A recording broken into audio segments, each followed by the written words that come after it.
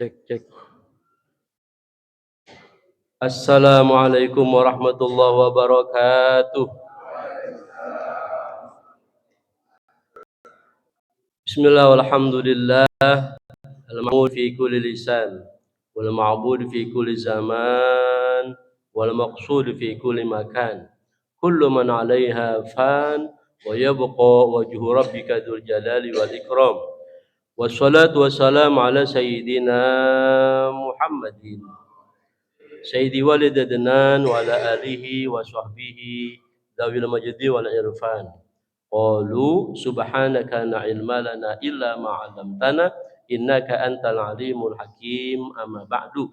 Faqad qala Allah ta'ala fi kitabil karim a'udzu billahi minasyaitonir rajim. Falawla nafara min kulli firqatin minhum ta'ifatun yatafaqahu fid din wa liyunziru qaumahum idza raja'u ila im la'allahum yahdharun. Wa qala an-nabiy sallallahu alaihi wasallam, al-khairu 'adatun wa syarru lajajatun. Faman yuridillahu bihi khairan yufaqihu fid din. Shadaqallahul azim wa shadaqa rasul habibul karim. Alhamdulillahi rabbil alamin. Innallaha wa malaikatahu yusholluna 'alan nabi. Ya ayyuhalladzina amanu sallu 'alaihi wa sallimu taslima. Allahumma shalli 'ala sayyidina Muhammad wa 'ala ali sayyidina Muhammad. Salatan tamul khaiza indallahi nura wa takunu lana wa li hadhil jama'a wal mu'minina farajan wa farhan wa surura. Wa shalli wa sallim tasliman katsira. Allahumma ya Fattah wa ya Alim, ya Fattah wa ya Alim, ya Fattah wa ya Alim. Allahumma alhimna ilman nafa'u bihi awamiraka wa nawahiyaka warzuqna fahman 'almi kaifa nunajika arhamar rahimin. Allahumma akrimna bi nuril fahmi wa akhrijna min dhulumatil wahmi waftah lana abwaaba rahmatika wa abwaaba al-kunshur alaina hikmataka ya arhamar rahimin. Rabbi shrah li sadri wa yassir li amri wahlul 'uqdatam min lisani yafqahu qawli. Wa sallallahu ala sayyidina Muhammadin walhamdulillahi rabbil alamin. Al-Fatihah ila nuratina min musafa Rasulullah sallallahu alaihi wasallam binatul qabul wa ta'min kulli sunnah khairul ma'mul khususan sahabat al-kitab wa usul wa baranna Allah ila darajatin fil jannah lil alaina min barakatihim wa ulumihim wa anwarihim wa asrarihim wa nafa'ana fid din wa dunya akhirah wa anna Allah yarzuquna walidina sayyidina wa syarri ma'al ahbabina mahbubin wa jami' ikhwanina akhawatina abna'ina banatina wa zawjina bid du'a wa lam nasna habba ilayna wa li hadhihi al-jama'ah anna Allah yarzuquna wa iyyahum bis sihha wal 'afiyah والسلامة والسعادة والبركة والسكينة بجاه ساكن المدينة ثم إلى حضرة النبي. الفاتحة. أعوذ بالله من الشيطان الرجيم. بسم الله الرحمن الرحيم. الحمد لله رب العالمين الرحمن الرحيم مالك يوم الدين. إياك نعبد وإياك نستعين. اهدنا الصراط المستقيم صراط الذين أنعمت عليهم غير المغضوب عليهم ولا الضالين. آمين. Hadaratil asatidah wal hujjajil mukarramin wal abil muhtaramin, segenap para hadirin jamaah Masjid Quba, bil khusus segenap dewan kemakmuran masjid dan yayasan serta para guru, para orang tua kami, para hujjaj, para tokoh masyarakat. Mudah-mudahan kita semuanya hadir senantiasa mendapatkan curahan rahmat dan barakahnya Allah Subhanahu wa taala. Puji syukur kita panjatkan hadirat Allah Subhanahu wa taala. Alhamdulillahi rabbil alamin. Shalawat dan salam mudah-mudahan tetap tercurah limpahkan hadirat junjungan kita Nabi besar Muhammad sallallahu alaihi wasallam serta keluarganya, para sahabatnya dan kepada seluruh umatnya, termasuk kita. Mudah-mudahan dia min qiyamah nanti mendapatkan syafaatnya. Amin ya Allah ya rabbal alamin. Hadirin jamaah sekalian rahimakumullah, malam ini saya hidangkan kitab Irsyadul Ibad ila Sabilir Rasyad dalam pembahasan seputar salat yang khusyuk ya.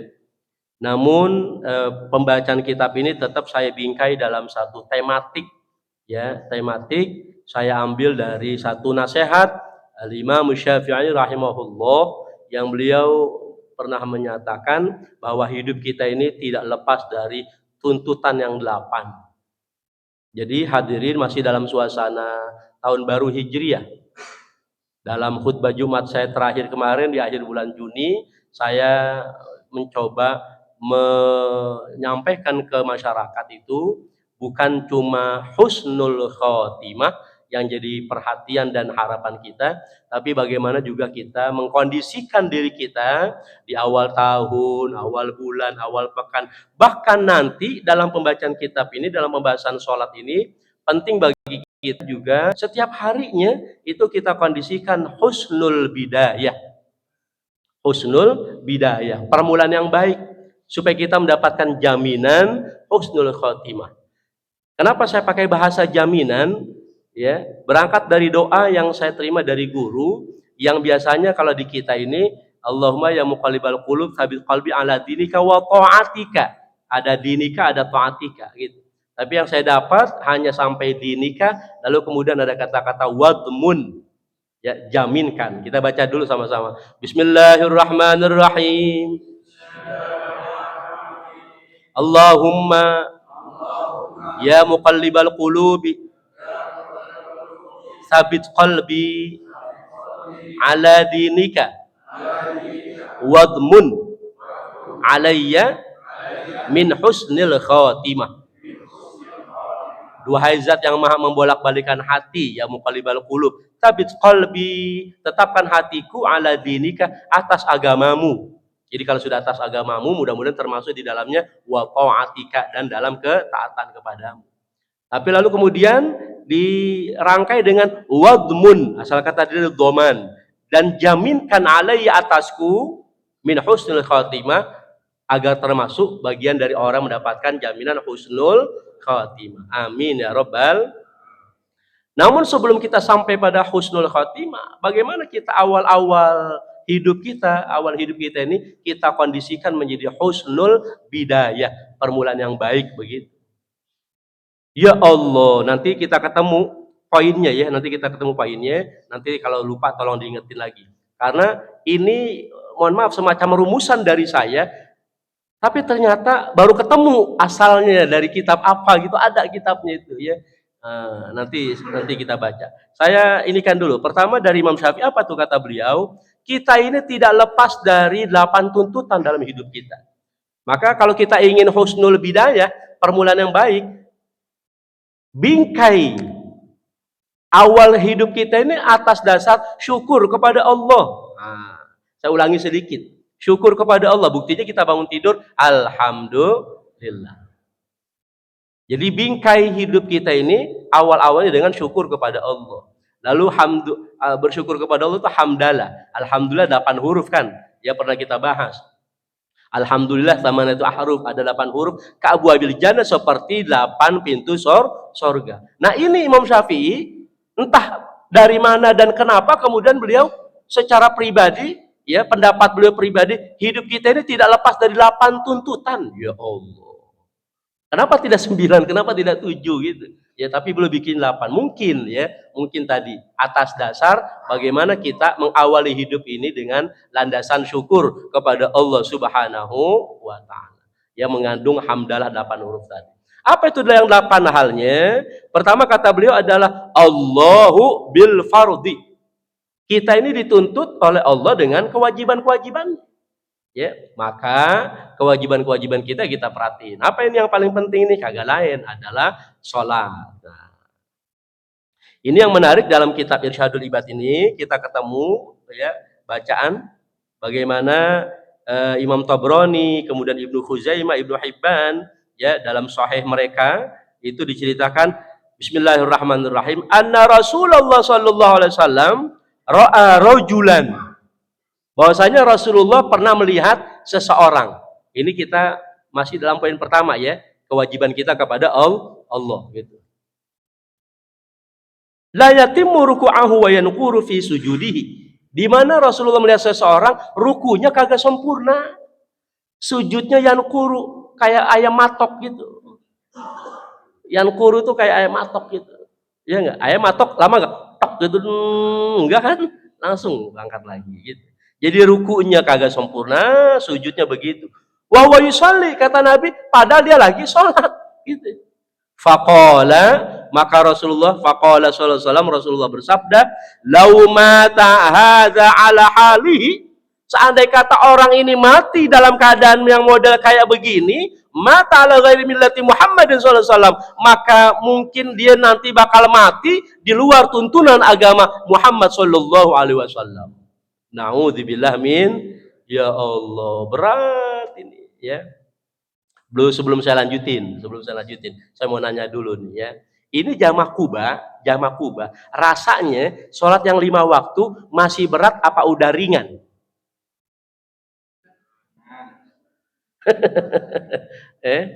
Orang yang banyak gak ada suaranya.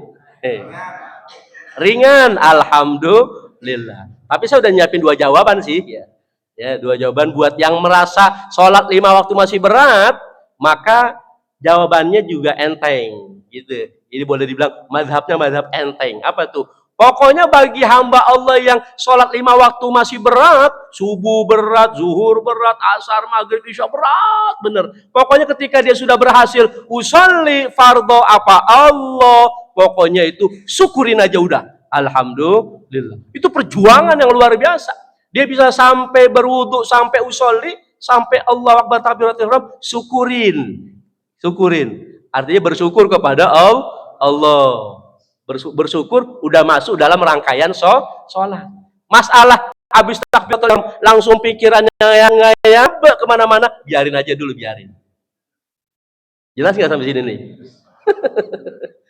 Ramanya ketawanya gede, emang begitu, ngayap itu kayaknya. Sama saya gitu. Ya. Jadi pikiran ngayap, gerakan mungkin belum sempurna, belum tumak nina, pokoknya asal udah bisa takbiratul ihram, syukurin. Ini mazhab yang ringan. Tapi bagi jamaah yang merasa sudah ringan yang 5 waktu, ya mau tidak mau standar kita taikin gitu. Ya, standar kualitas sholat kita taikin. Bagaimana? Yang tadi pertama, dari hadis baginda Rasulullah sallallahu alaihi wasallam gitu. Penting bagi kita untuk harus dapat tumak ninahnya ya. Lalu kemudian sampai Rasulullah menyatakan begini. Kalau pengen, atau ini digandeng aja nih, ya. Saya baca dulu yang tadi Imam Syafi'i. Pertama, hidup kita ini 8 hal dituntut. 1 oleh Allah dengan kewajibannya, wa rasuluhu bisunnati. Tuntutan hidup kita yang kedua dari siapa? Dari Rasulullah dengan sunnahnya gitu. Nah, sunnahnya antara lain ya hadis-hadis yang kita baca dah, kira-kira begitu ya. Coba kalau bicarakan sunnah terlalu luas gitu. Nah, ada dalam salah satu hadis baginda Rasul, riwayat Imam Dailami ya, kemudian ditahsin oleh Al-Hafidz Ibnu Hajar Al-Asqalani, apa baginda Rasul katakan? Uzkuril mauta fi sholatika. Ingat mati dalam sholatmu. Ya Allah. Fa inna rajula idza dzakara mauta lahariyun an yuhsina sholatahu. Ya. Seseorang kalau dia udah ingat mati dalam sholatnya, maka dimungkinkan ya, hampir dipastikan dia akan begitu kuat ya dalam sholatnya untuk memperbagus sholatnya gitu. Bahkan kata Rasulullah dilanjutin, wasolli sholata rajulin yadzun annahu yusolli sholata ghairiha. Sholatlah kamu seperti sholatnya seseorang yang menduga tidak ada lagi sholat setelah sholat itu. Maka imam tuh biasanya ada yang sempurna tuh menyempurnakan istaqimu wa'tadilu sufu fa inna tasawwutu sufu min tamami shalah yarhamkumullah sallu salatal muaddi'. Ada yang begitu tuh, yang ujungnya itu ada imam, sallu salatal muaddi', salatlah kalian wahai para jamaah salat perpisahan. Ya Allah. Jadi imam boleh Ustaz Rafi besok-besok ya, di ujungnya itu sholatal muaddi' gitu. Enggak usah diterjemahin, pokoknya malam ini jadi paham nih ya. Jadi kalau besok ada imam sholatal muaddi', jamaah ingat-ingat, kita diingetin oleh imam supaya sholat kita sekarang sholat terakhir. Jangan cuman haji dan umroh doang, ada tawaf wada gitu. Ya. Ya kan tawaf wada. Sama wadaan itu perpisahan. Nah, sholat kita juga mesti sholatal muaddi', sholat perpisahan. Ya Allah. Kenapa sholat kita belum juga khusyuk? Karena kita kepedean. Ntar juga ada sholat isya, begitu. Pas sholat isya, besok juga masih ada isya lagi, begitu. Pede bener, ya Allah. Oh, ya. Hadirin maaf nih ya, ini berat, bener berat. Tapi saya ya, ini ada rujukan, kita baca, setidaknya jadi, kalau udah dibaca kan, didengerin, dipikirin. Dibaca, didengerin, dipikirin, direnungin, ya Allah. Ternyata sholat kita masih jauh. Saya turunin satu paragraf nih, ada paragraf berikutnya. Diriwayatkan an Ali bin Abi Thalib karramallahu wajhah. Ini riwayat populer. Hadirin sering dengar bagaimana Sayyidina Ali ketika sholat dipanah gitu kan. Singkat cerita, beliau sudah dipanah gitu. Sudah dipanah. Kemudian anak panahnya udah dicabut. Tinggal menyisakan dalam dagingnya apa? Ujung panahnya itu yang diracunin itu. Masih menyisakan dalam dagingnya. Fi jawfil lahmi. Ya nancep ke dalam dagingnya. Diskusi lah coba itu. Sayyidina Ali ujung panah masih di dalam badan, diskusi sama sahabatnya. Bagaimana nih jalan keluarnya? Kata para sahabatnya, nakhaf min idza yamirul mukminin wa qad aduwihi. Kami takut melukai Amirul Mukminin. Sayyidina Ali bin Abi Thalib radhiyallahu anhu. Kata sahabatnya, kami takut melukai engkau wahai Amirul Mukminin. Ya, kami harus membedah, memotong, ya. Kata mereka, la mungkin istikhrajan nafs. Kagak mungkin kita ini, nggak mungkin ngeluarin ujung anak-anak panah ini, nggak mungkin. Nah, khaf min idza, kami takut melukai wahai Amirul Mukminin. Faqala radhiyallahu anhu, maka berkata Amirul Mukminin Sayyidina Ali bin Abi Thalib radhiyallahu anhu, apa kata beliau? Idza ishtaghaltu bis sholati fastakhrijuh. Nganggut-nganggut aja, Ramadan udah paham kelihatannya nih. Kata Sayyidina Ali, apabila aku sudah mulai sholat, fastakhrijuh, maka keluarkan ujung anak panah ini. Kalau aku sudah mulai sholat, udah Allahu Akbar takbiratul ihram itu. Faftataha sholata wa hum qata'u am jarahul udwa. Maka tatkala Amirul Mukminin membuka sholatnya, ya, kemudian mereka para sahabat mulai melakukan bedah, ya, motong, melukai anggota tubuh Amirul Mukminin. Wastakhrajun nasla, dan mereka berhasil mengeluarkan ujung anak panah itu. Wa huwa radhiyallahu anhu, dan beliau Amirul Mukminin lam yataghayyar fi sholatihi, kagak bergerak pisan dalam sholatnya. Ya Allah, enggak bergerak pisan dalam sholatnya. Falamma, kan tadi katanya apa? Wastakhraju an-nasla, mereka sahabat berhasil mengeluarkan ujung anak panah itu. Falamma faragha qala, maka tatkala Amirul Mukminin selesai dari sholatnya, beliau berkata, Amirul Mukminin selesai sholat, berkata kepada sahabatnya, lima lam tastakhriju an-nasla, lima lam tastakhriju, kenapa kalian kagak ngeluarin ujung anak panah ini, katanya. Nah, coba itu, tadi udah keluarin belum? Udah, tapi selesai sholat Sayyidina Ali mengatakan, lima talam tastakhriju, kenapa kalian kagak ngeluarin? Faqalu, mereka menjawab, qad istakhrajna, wahai Amirul Mukminin, kami udah ngeluarin. Ya Allah. Maka penulis kitab mengatakan, fanzur ila iqbalihi ala rabbihi, maka perhatikan bagaimana beliau Amirul Mukminin menghadapi Tuhannya, ya. Hatta lam yuhissa bi jarhil udwi wa istighrajin nasl min jawfil lahmi, sehingga beliau kagak ngerasa gitu, nggak ngerasa dengan luka-luka anggota tubuhnya, proses mengeluarkan ujung anak panah dari dalam dagingnya. Fanahnu, kata penulis kitab nih, ya, fanahnu, maka adapun kita idza utna qumlatun aw barghut, ya, adapun kita kalau ketemplokan, ya, macam nyamuk, laler gitu ya, ketemplokan nyamuk, kita tepok sono, tepok sini kita. Ya Allah. Oh. Benar nggak kira-kira itu? Itu baru nyamuk, belum yang bukan nyamuk, model, maaf ya, model ada yang iseng, nggak ada keperluan, jenggotnya dimain-mainin gitu, nggak ada keperluan gitu. Ya Allah. Maka kata beliau,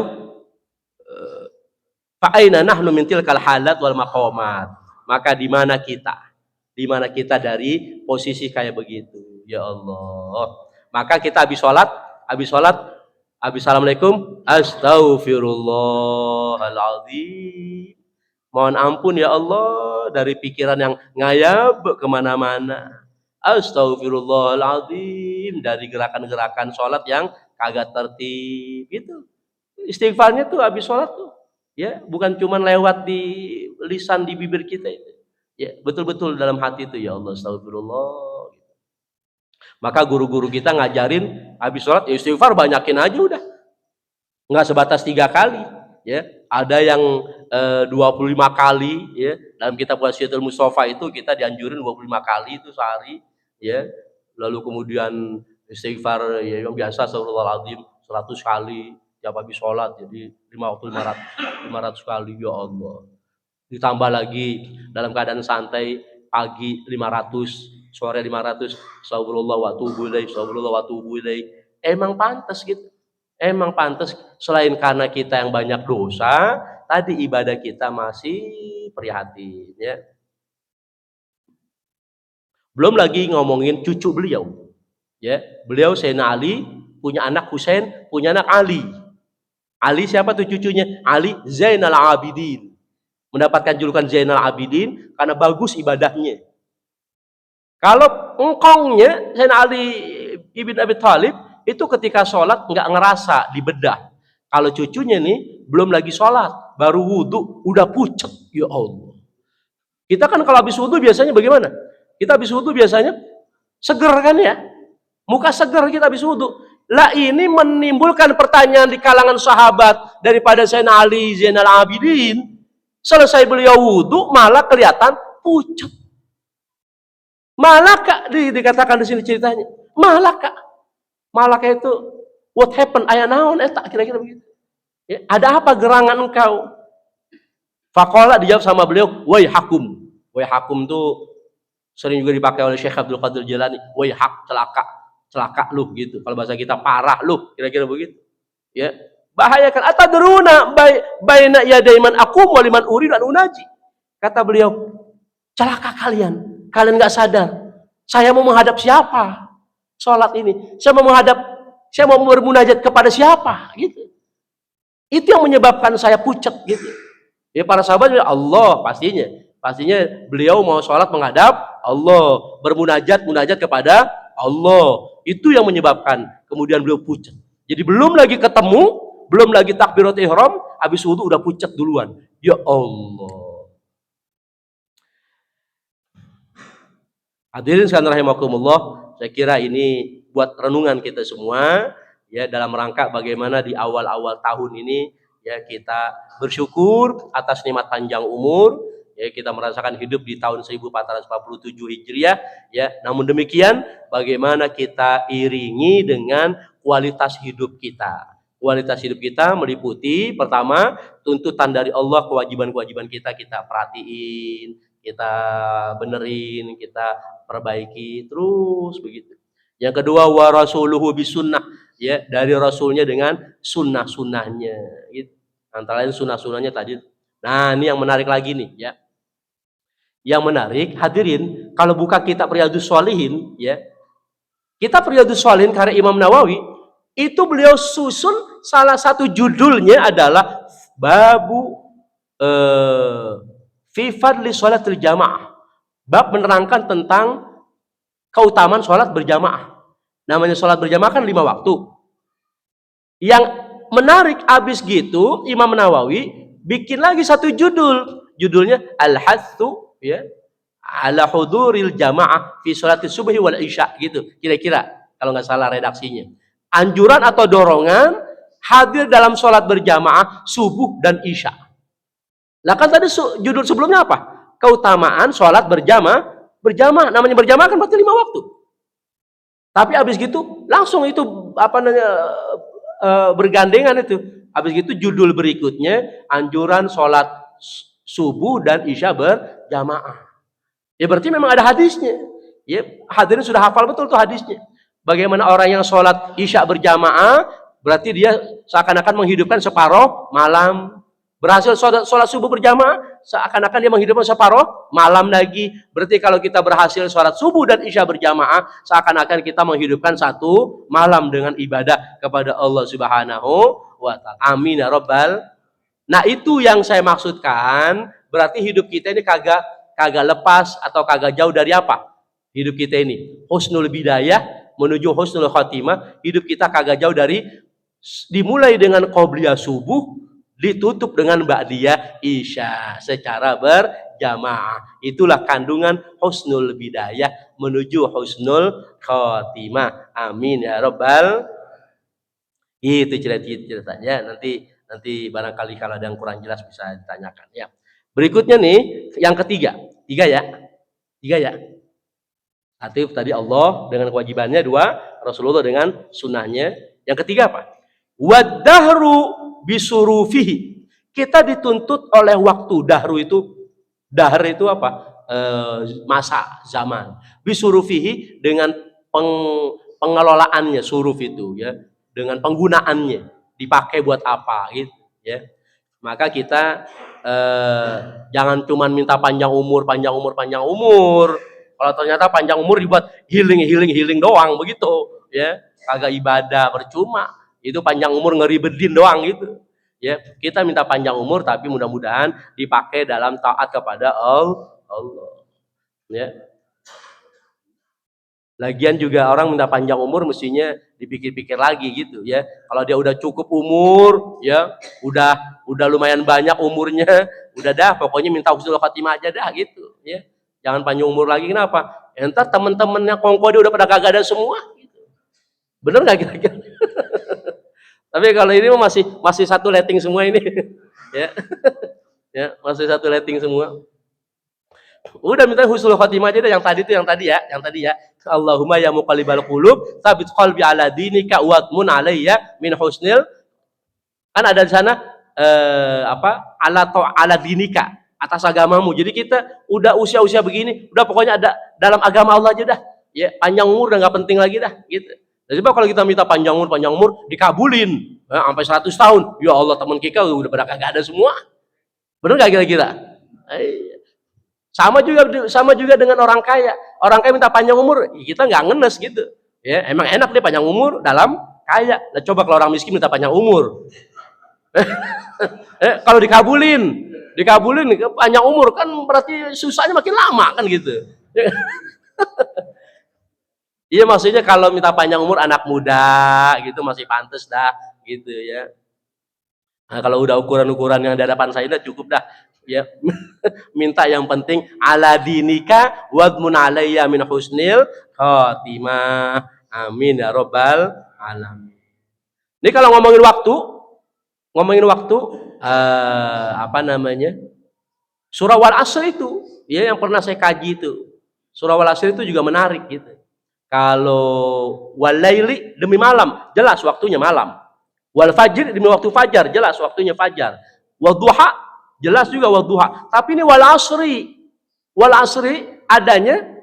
ada salah satu nama sholat namanya sholat asar. Tapi di Quran terjemah apa terjemahnya wal asri? Demi asar? Bukan.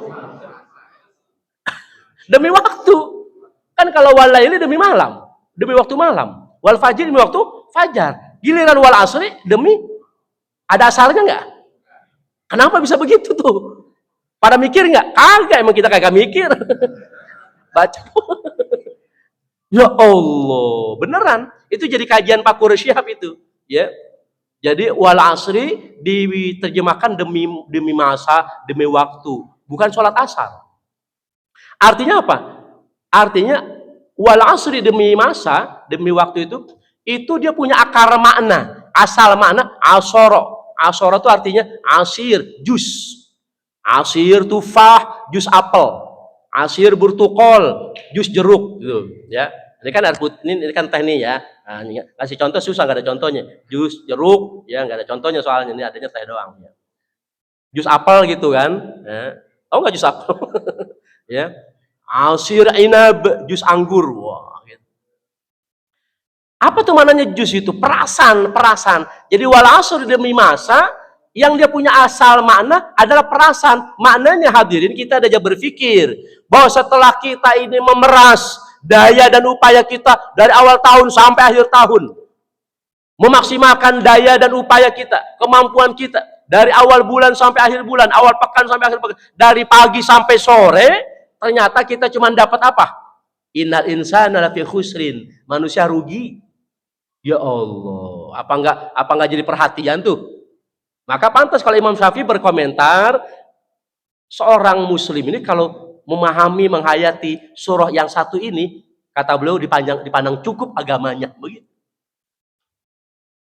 Jadi kita dianggap rugi tuh. Udah memeras waktu kita itu.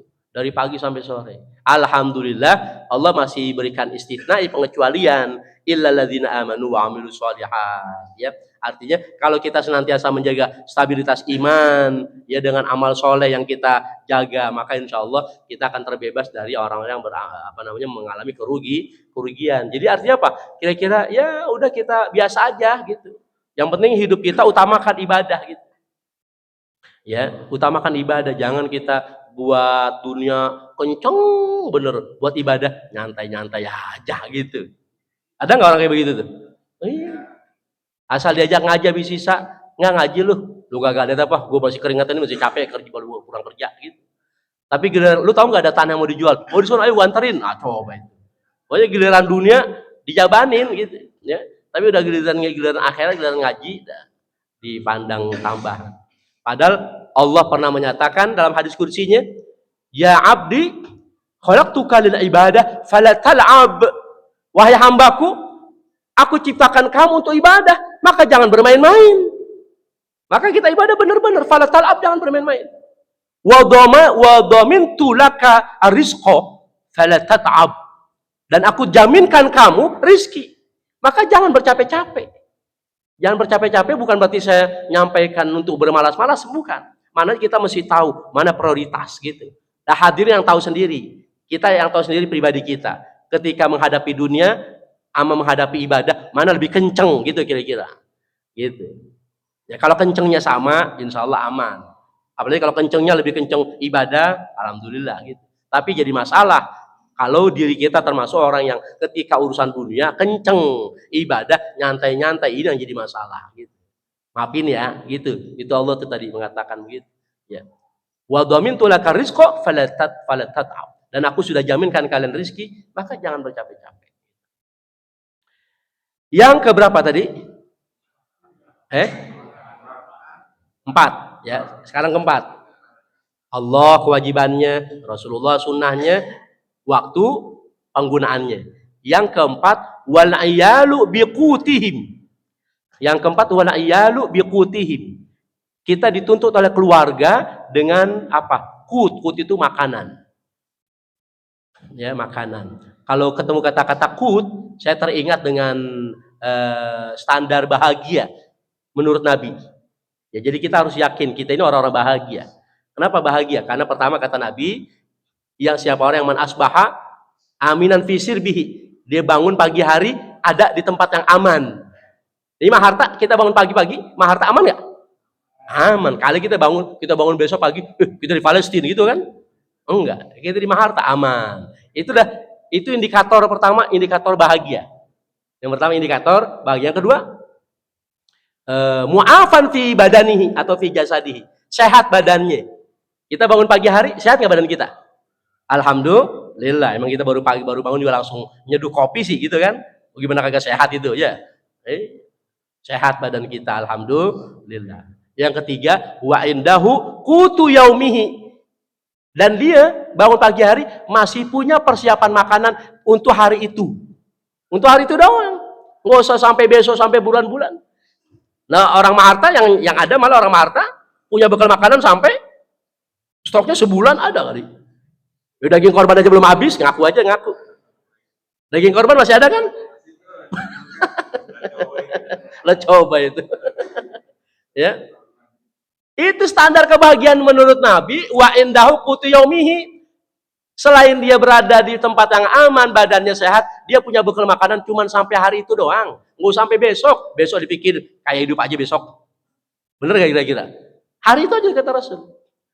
Kita yang ada, bekal kita alhamdulillah. Ya buat beberapa hari ke depan masih ada. Gitu. Maka berarti kita di atas bahagia. Amin ya Rabbal. Apa tadi itu? Kita dituntut oleh keluarga untuk memberikan nafkah kita, makanan. Ya. Kenapa? Karena sifat dasar kita ini manusia pelit. Maka kita dikit sama Imam Syafi'i, hidup kita nggak boleh lepas dari tuntutan keluarga kita nafkah. Nah kalau buat keluarga aja kita pelit, bagaimana buat orang lain? Gitu. Maka ada bakhil, ada syahih. Bakhil tuh kita punya rezeki, tapi nggak mau dibagi ke orang lain tuh bakhil. Tapi kalau syahih, buah-buahnya pelit. Dia punya duit, dia suka makan, suka kuliner, tapi dia kagak mau makan. Kenapa? Sayang sama duitnya. Itu namanya syahih, buah-buahnya pelit itu namanya. Ya syahih. Dalam Quran ada, wattaqu syuhha wa may yuqa syuhha nafsi faulaika humul muflihun. Dan takutlah kalian akan sifat syuh atau syahih. Gitu. Pakai shin titik 3 gitu. Jadi kalau bakhil punya rezeki buat orang lain kita nggak mau ngasih. Buat masjid nggak mau. Tapi kalau syahih buat diri sedewek, pelit gitu. Hemat pelit, irit pelit udah itu. Asal diajak kita makan sederhana yuk. Aduh, perut gue lagi blebek-blebek nih begitu.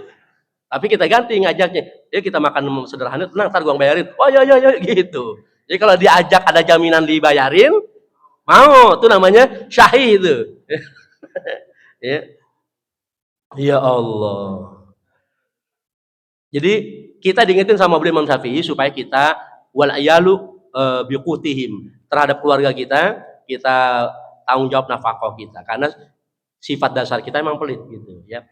Innal insana khuliqa halua. Manusia diciptakan dengan sifat dasar keluh kesah. Idza masau syarru jazua. Kalau lagi susah ngomong kemana-mana. Lagi nggak ada duit gaul kemana-mana. Kali ada yang bisa dipinjemin 100.000 mah gitu kan? Ya nggak, lagi susah gitu. Giliran baru dapat arisan, ngilang batang hidungnya kagak kelihatan. Iya. Wa idza masal khairu manua, kalau dapat kebaikan ya lupa. Ya, mencegah apa namanya? Pelit. Emang dari bayi udah kelihatan.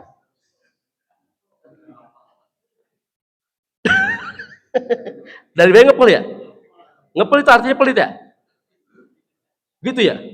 Kalau saya bukan itu ngelihatnya. Maafin ya, bayi ketika nyusu sama mamanya tuh, kan susu ada 2 kan? Susu ada 2 kan? 2 apa 6? 2 ya? 2. Kalau 6 kucing ya, 6 kucing. Kan bayi nyusu tuh. Susu 2 kan? Itu dia nyusu sebelah, yang sebelahnya diapain? Yang sebelahnya ditekap sama dia.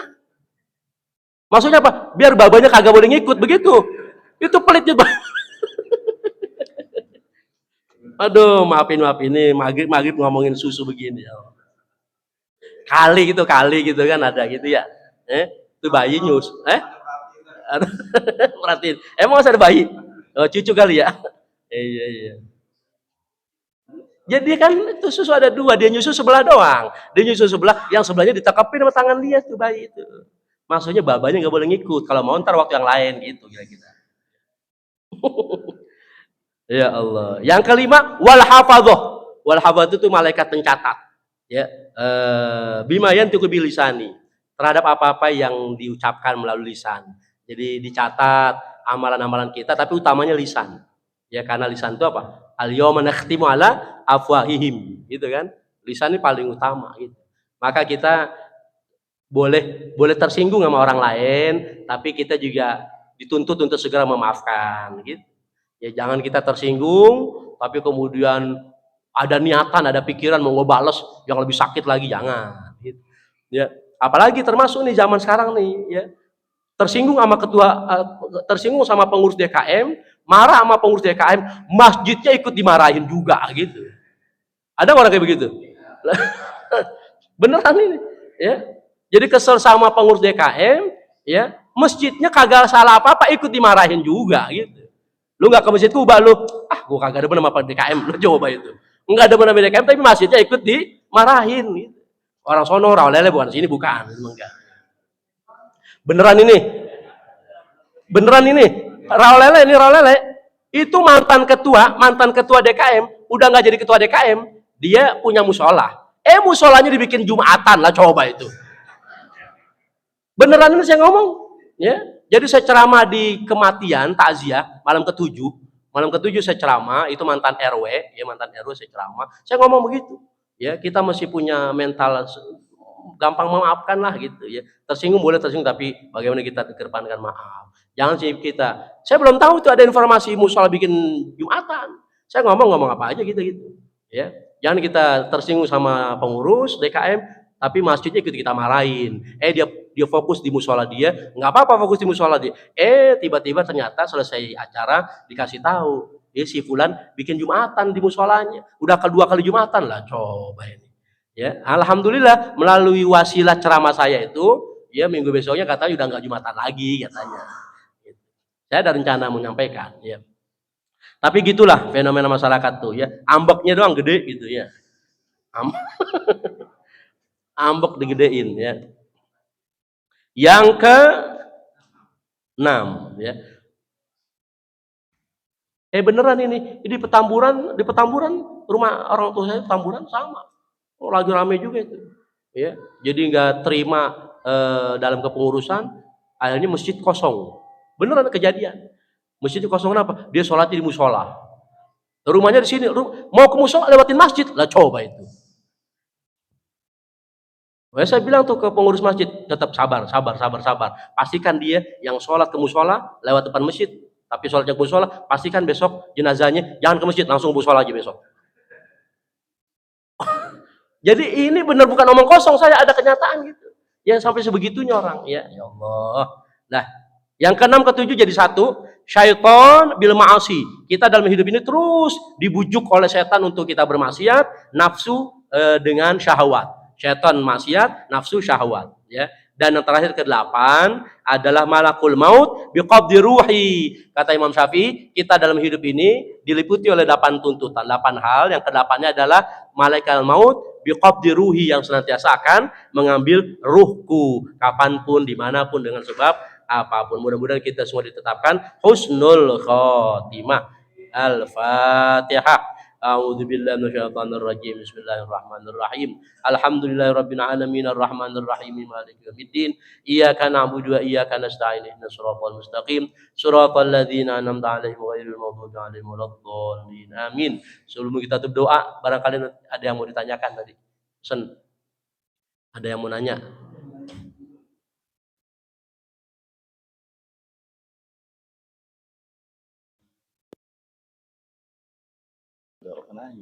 Assalamualaikum Pak Ustadz. Saya mohon penjelasan, ada satu jalur pernah saya baca, itu katakan adalah orang yang yang khusus sholatnya adalah orang yang yakin bakal ketemu dengan Tuhannya. Oh iya, itu gimana betul. tuh Pak Ustadz? Betul. Jadi kita ini kalau kita suka takziah, suka ngelayat, atau zikrul maut, ingat mati. Orang yang ingat mati itu dapat stempel dari Allah, dia menjadi orang yang khusyuk. Nih, saya ulangi. Jadi saya jawabnya lebar nih. Saya jawabnya lebar, sekaligus kabar gembira. Pokoknya hadirin, ada berita, ada tahu berita meninggal dunia, kalau bisa nyolatin. Kalau bisa ikut tahlil, takziah, ngelayat, macam-macam dah. Ya, nguburin, bisa ziarah. Pokoknya semua dalam bingkai zikrul maut. Orang hamba Allah yang senantiasa rajin zikrul maut, ingat mati, itu dapat stempel dari Allah menjadi orang khusyuk dalam hidupnya. Allah nyatakan wasta'inu bis-sabri was-shalah wa innaha lakabiratun illa 'alal khashi'in. Dan mintalah pertolongan kepada Allah melalui sabar dan salat. Di mana salat itu berat kecuali bagi orang yang khusyuk. Manhum al-khashi'un? Siapa mereka yang khusyuk? Alladzina yadhunnuna annahum mulaqu rabbihim wa annahum ilaihi raji'un. Orang yang khusyuk adalah orang yang yakin, ya, dia bakal berjumpa dirinya kepada Allah dan akan kembali kepada Allah Subhanahu wa taala. Jadi orang khusyuk itu memang orang yang nggak jauh dari ingat mati dan beramal untuk mati. Itu dari Allah. Kalau dari Rasulullah, stempel cerdas. Abdul Mukminin akiyasan. Utama orang beriman yang cerdas adalah yang zikrul maut, ingat mati dan mempersiapkan amal untuk mati. Gitu. Ya. Mudah-mudahan. Masih ada? Nggak ada. Kalau nggak ada berangkat nih.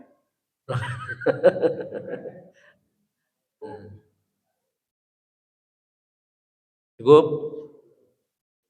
واعف عنا يا كريم وارحمنا يا رحيم واغفر لنا ذنوبنا يا أكرم الأكرمين اللهم يا دائم الفضل على البرية يا باسط الدين بالعطية يا صاحب الموهبة الثانية صل وسلم على سيدنا محمد الخير والرساجية واغفر لنا يا ذا العلا في هذه الساعة وفي كل ساعة في هذه الليلة وفي كل ليلة في هذا اليوم وفيما بعد اليوم اللهم اجعل سيئاتنا سيئات من حببت ولا تجعل حسناتنا حسنا من أبغضت اللهم طول أعمارنا وصحي أجسادنا وثبت إيماننا وقوي يقيننا وحسن أعمالنا وجمل أخلاقنا ووسع أرزاقنا ويسر أمورنا والخير قربنا عن الشر أبعدنا اللهم يا مقلب القلوب ثبت قلوبنا على دينك واضمن علينا من حسن الخاتمة اللهم اجمعنا هذا جمعنا هذا جمعا مرحوما تفرقنا تفرقا معصوما ولا تجعل منا لا فينا ولا معنا ولا شيء محروما وصلى الله على سيدنا محمد دعواهم فيها سبحانك اللهم وتحياتهم فيها سلام وآخر دعواهم الحمد لله رب العالمين